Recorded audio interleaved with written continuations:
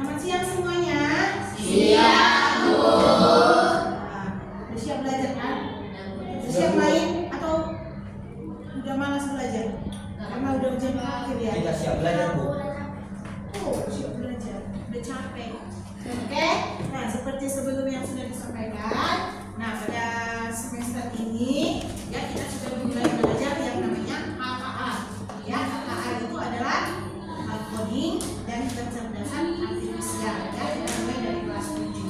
Nah, Ibu rasa untuk materi yang pertama ini di kelas 6 sudah pernah kita singgung sedikit ya, teknika informatika ya. Oke. Nah, siapa tadi yang ada Pak? Jenius. Kenapa sakit ya? Ada kabar? Semua besar? 12 orang. Iya, sama Jenius semuanya jadi 13 ya. Oke. Nah, tujuan pembelajaran kita pada pagi hari ini yaitu menjelaskan pengertian berpikir komputasional. Ya, seperti yang pada slide sebelumnya kita akan belajar mengenai berpikir komputasional. Nah, di pelajaran TIK di SD, apalagi khususnya yang di sekolah anugerah, Ibu rasa berpikir komputasional ini bukan satu hal yang baru lagi untuk kalian. Ya, nah kan? Nah kan dari sini? Nah kan, siapa guru dari kalian? Kelas 6 siapa? Yang masih ada yang Bume, ada ya? Ya. Nah, pada materi yang ini yang akan Ibu sampaikan hari ini ya. Nah, ini dia tujuan pembelajaran kita, menjelaskan pengertian berpikir komputasional. Jadi kalian harus paham, harus mengerti apa yang dimaksud dengan berpikir komputasional. Kemudian mampu menyebutkan contoh kegiatan sehari-hari yang membutuhkan berpikir komputasional. Kemudian kita dapat menyusun langkah-langkah secara logis dan terstruktur untuk menyelesaikan masalah ya. Nah, ini dia apa itu berpikir komputasional ya. Jadi kalau misalnya sebelum kalian belum tahu apa itu berpikir komputasional, pasti kalian berpikir apa sih pelajarannya rumit tentang program-program, kode-kode ya, bukan ya nih. Berpikir komputasional bukan berarti kita harus menjadi robot atau berpikir menggunakan kode-kode. Ya, jadi berpikir komputasional itu adalah suatu metode atau cara berpikir yang memecahkan masalah rumit secara metodis, efisien, dan logis. Jadi kita dapat berpikir untuk memecahkan suatu masalah itu dengan cepat, dengan simpel, ya. Mirip dengan cara seorang ilmuwan komputer membuat program. Jadi nanti ada masalah, jadi kita berpikir bagaimana cara memecahkan masalah tersebut, ya. Nah, ini adalah keterampilan dasar yang berguna untuk semua orang, bukan hanya untuk seorang programmer. Apa itu programmer? Apa? Orang yang membuat program, ya. Yang program ya program. Berarti kalau programmer itu artinya orang yang membuat sebuah program, ya. Nah, ada 4 pilar utama berpikir komputasional. Yang pertama ada dekomposisi, pernah kan? Nah, kemudian ada pengenalan pola, kemudian ada abstraksi dan ada algoritma. Coba dulu ulang. 1. Dekomposisi, pengenalan pola, abstraksi, algoritma. Ini yang keempat ini harus kamu ingat. Ya, harus diingat. Inilah dia 4 pilar utama dalam berpikir komputasional. Ya, nah, kita akan kenal satu persatu. Yang pertama itu adalah dekomposisi. Dekomposisi itu adalah proses membagi masalah yang rumit dan besar menjadi komponen-komponen yang lebih kecil dan mudah untuk dikelola. Jadi kita dikasih sebuah masalah. Jadi masalah besar ini, ya, masalah yang besar ini kita kelola menjadi sebuah komponen-komponen atau masalah yang lebih kecil. Itu dia dekomposisi. Nah, tujuannya untuk apa? Agar masalah tidak terlihat menakutkan dan bisa diselesaikan satu per satu. Nah, ini contohnya, ya. Contohnya dalam kehidupan sehari-hari, misalnya masalah besarnya itu adalah membuat nasi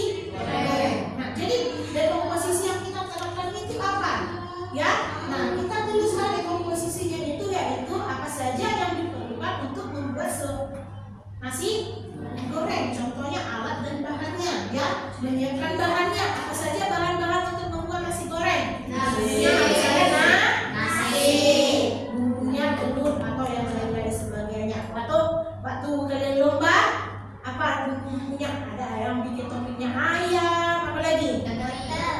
Wortel, ikan teri, timun, ya.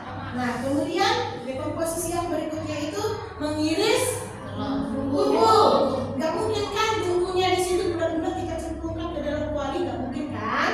Kemudian menggoreng telur, atau mungkin kan sebuah nasi goreng telurnya tidak diapa-apain itu mentah, nggak mungkin kan? Nah, baru kemudian menumis bumbu, dan yang kelima, dekomposisi yang kelima yaitu mencampur semua bahan dan masaknya. Ya, jadi tadi masalah besarnya itu adalah apa? Membuat nasi goreng. Nah, dekomposisinya kita uraikan. Selanjutnya itu adalah pengenalan pola. Pengenalan pola, kemampuan untuk mengidentifikasi pola, tren atau paralel dalam data atau di antara masalah-masalah kecil yang telah dipecahkan. Tujuannya itu apa? Supaya membuat solusi menjadi lebih efisien, mudah dikenali ya. Nah, contoh dalam kehidupan sehari-hari, contoh yang tadi kita ambil dari masalah yang membuat nasi goreng.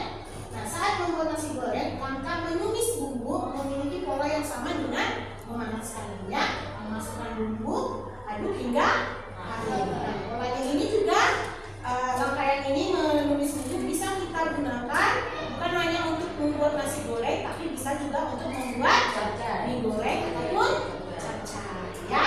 Nah, kemudian yaitu yang ketiga, abstraksi. Nah, abstraksi ini menghilangkan data yang tidak relevan atau berlebihan dan berkonsentrasi secara eksklusif pada fakta yang krusial. Jadi istilahnya data-data yang tidak penting, yang tidak berhubungan dengan contoh kita misalnya tadi nasi goreng, kita abaikan atau kita hilangkan. Tujuannya supaya apa? Supaya kita tidak bingung dengan informasi yang terlalu banyak dan bisa fokus pada inti masalahnya. Contohnya ini, ya, saat mengendarai sepeda kita hanya fokus bagaimana cara mengayuh, menjaga keseimbangan dan mengerem. Ya, kamu tidak perlu memikirkan bagaimana cara bekerja gear atau bahan pembuat bannya. Kamu tidak perlu berusaha memikirkannya. Yang kamu fokuskan itu adalah bagaimana cara mengayuh dan menjaga keseimbangannya. Oke? Pilar yang terakhir itu apa? Algoritma. Ya, algoritma itu adalah serangkaian langkah-langkah atau aturan yang jelas dan berurutan untuk menyelesaikan suatu masalah. Algoritma ini adalah hasil terakhirnya dari 3 pilar sebelumnya. Ya, ciri-ciri algoritma yang baik itu adalah urutannya harus jelas, ya, tidak ambigu atau tidak memiliki arti ganda. Pasti berhenti setelah masalah selesai. Nah, contoh sehari-harinya itu resep masakan, petunjuk perakitan mainan, atau tutorial cara melakukan sesuatu. Jadi yang penting kalian ingat di algoritma ini adalah kalian harus melakukannya sesuai dengan langkah-langkah yang sudah terurut, harus berurutan. Kalau berurutan tidak berurutan, apa yang terjadi? Campur aduk atau gagal ya. Nah, contohnya tadi yang membuat nasi goreng, kalau tidak sesuai dengan langkah-langkahnya, apa yang terjadi? Ya, bakalan tidak menghasilkan nasi goreng yang enak ya. Oke, nah sekarang kita masuk ke contoh dalam kehidupan kita sehari-hari ya. Nah, contohnya ini tugasnya misalnya ilustrasi tugas ini tentang membuat presentasi kita dengan temanya atau metodenya itu adalah sistem pencernaan manusia. Ya, jadi kita harus terapkan keempat pilar yang tadi. Ya, pilar yang pertama itu adalah dekomposisi. Apa tadi itu dekomposisi? Iya, betul. Memecahkan masalah yang besar menjadi bagian-bagian yang lebih kecil. Nah, tadi masalah besar kita itu adalah membuat presentasi tentang sistem pencernaan manusia. Ya, kita lakukan dekomposisi yang pertama itu pastinya kita harus mencari materi yang berhubungan dengan sistem pencernaan manusia. Contohnya sistem pencernaan manusia itu apa aja? Ada mulut, lambung, usus dan lain-lainnya. Kemudian apa? Membuat slide.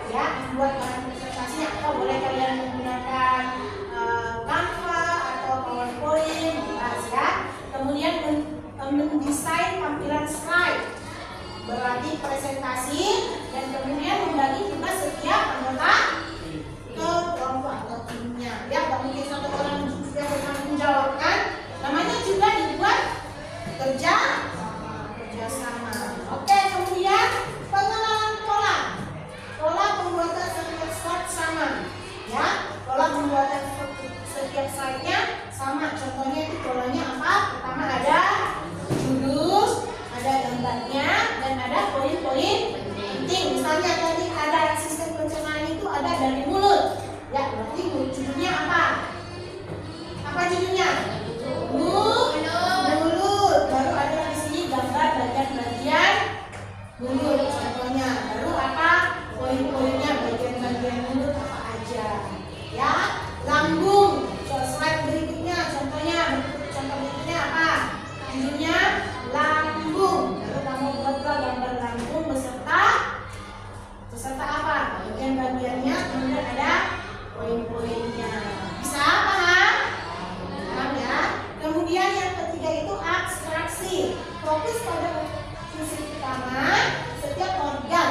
Ya, fokus pada fungsi utama setiap organ.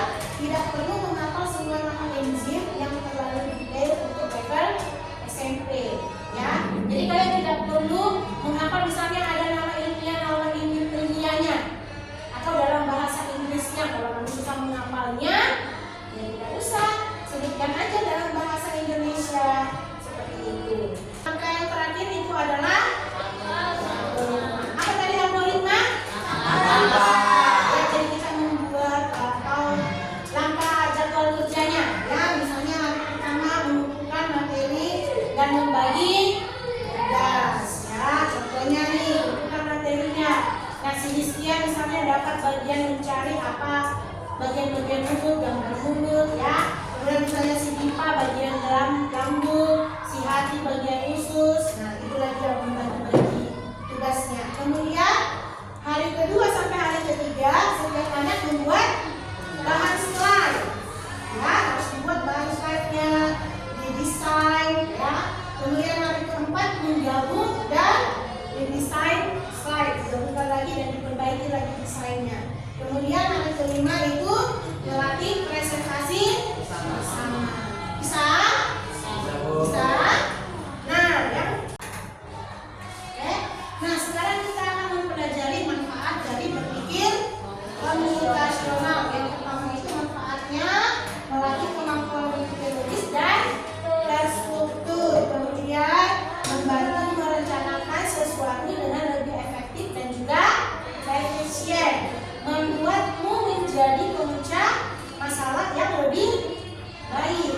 Meningkatkan kreativitas dalam mencari solusi. Kemudian yang terakhir itu menjadi fondasi penting jika kamu tertarik pada bidang sains, teknologi, ya, atau yang lain sebagainya. Ini dia manfaat berpikir komunikasional. Oke? Oke. Nah, ingat tadi ada berapa pilar? 4. Yang pertama apa? Dekomposisi. Apa itu dekomposisi, Rizkia?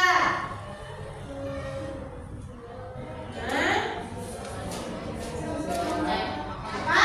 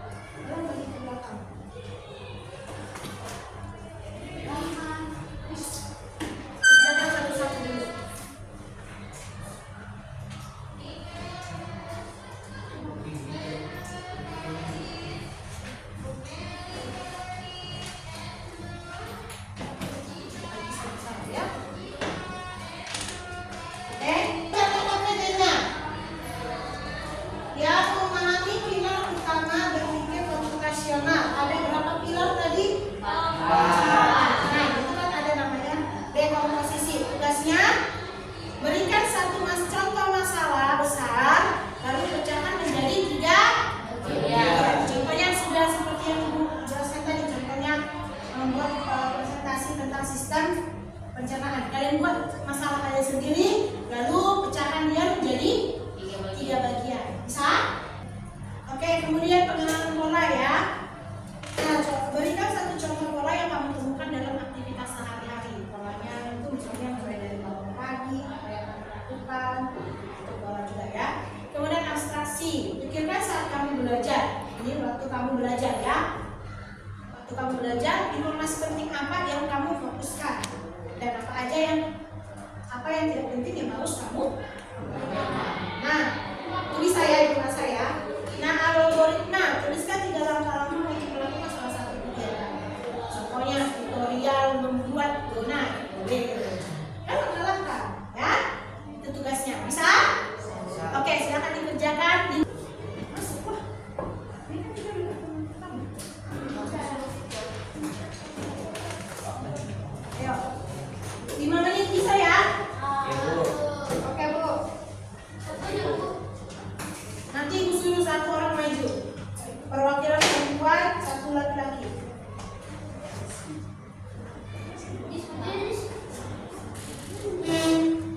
Apa itu dia?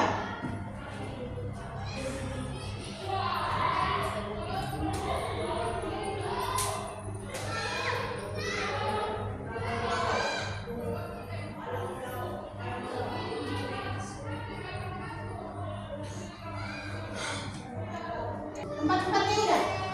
Coba, ayo maju ke depan. Buktiin. Ayo, coba. Coba kamu bacakan hasil kerjaan kamu. Ya, dari komposisi. Contohnya. Rebus airnya biar panas. Kedua, masukkan mie agar cepat layu. Ketiga, gunting bumi agar cepat.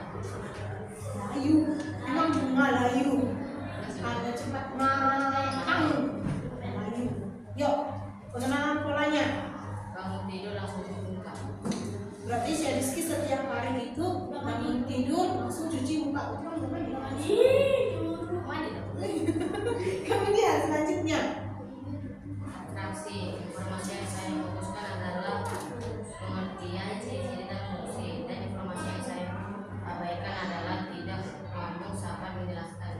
Oke, berarti kamu harus fokus pada apa tadi itu? Langkah-langkah apa dulu ini? Misalnya sabar, Langkah-langkah entah membuat sesuatu atau merakit sesuatu.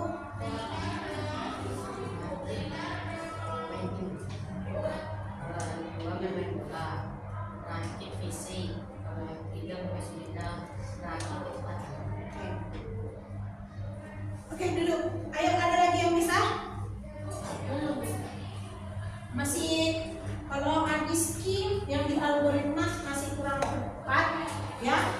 Nah, kenapa ibu bilang kurang tepat? Nah, di situ diminta langkah-langkah minimal 3 langkah, ya kan?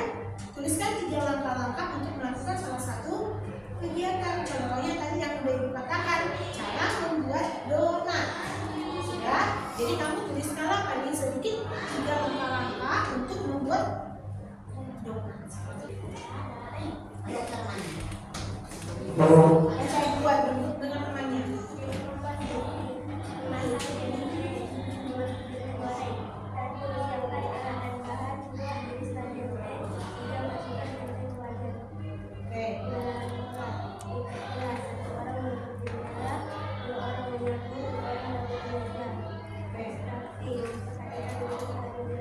Nah, itu kan yang kamu fokuskan. Yang tidak kamu fokuskan apa? Yang kamu abaikan. Apa? Oke, mengobrol dengan teman itu harus diabaikan. Oke, lanjut.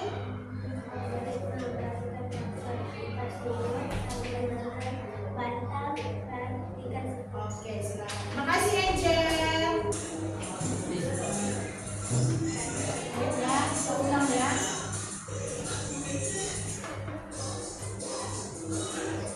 Ikutin. Semua yang ikut ulang dari awal. Shot.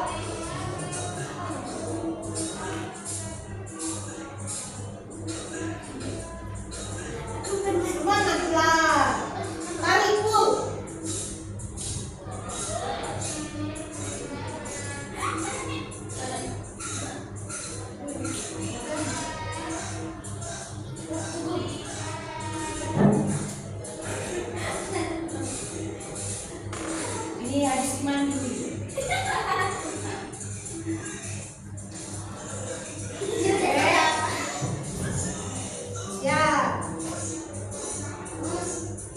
ngapain?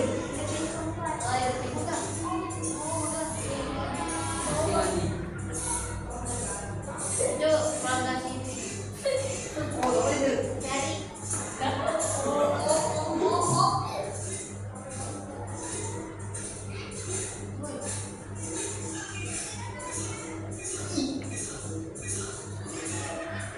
Diingatkan.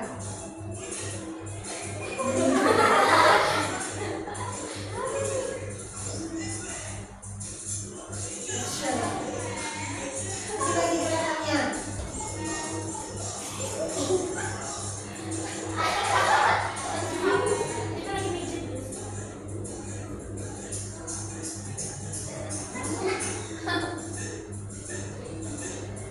Shake apa?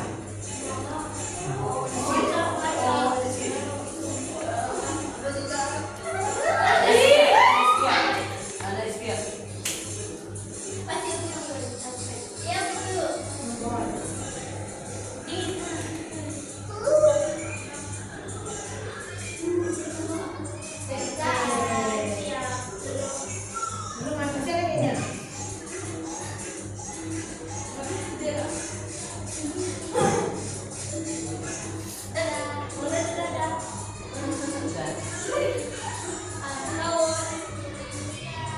Oke, ingat ya, tadi apa itu berpikir komputasional?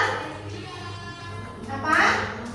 Cara berpikir yang bisa membantu kita untuk menghadapi masalah. Ada berapa tadi pilar utamanya? Berapa saja?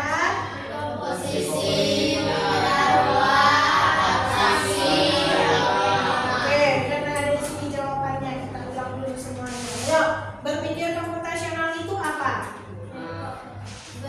Cara berpikir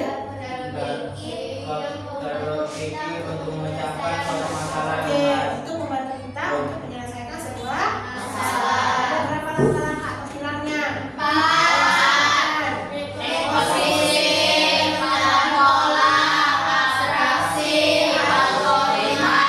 Oke, harus diingat ya. Nanti itu bakalan kita terapkan untuk pelajaran kita selanjutnya. Oke. Nah, sampai di sini ada yang mau ditanyakan? Paham semuanya ya? Masih gampang ya materi kita hari ini. Nanti pertemuan berikutnya masih lumayan gampang. Ya. Oke, tugasnya nanti dikumpul. Nah, ini jangan dihilangkan ya. Kita bakalan pakai ini secara berkelanjutan sampai selesai. Ini ada berapa LKPD itu? Ya. Nah, berarti untuk minggu depan ada lagi nanti tugasnya dari sini. Jangan dihilangkan. Kalau hilang, suruh cari sendiri lagi. Oke?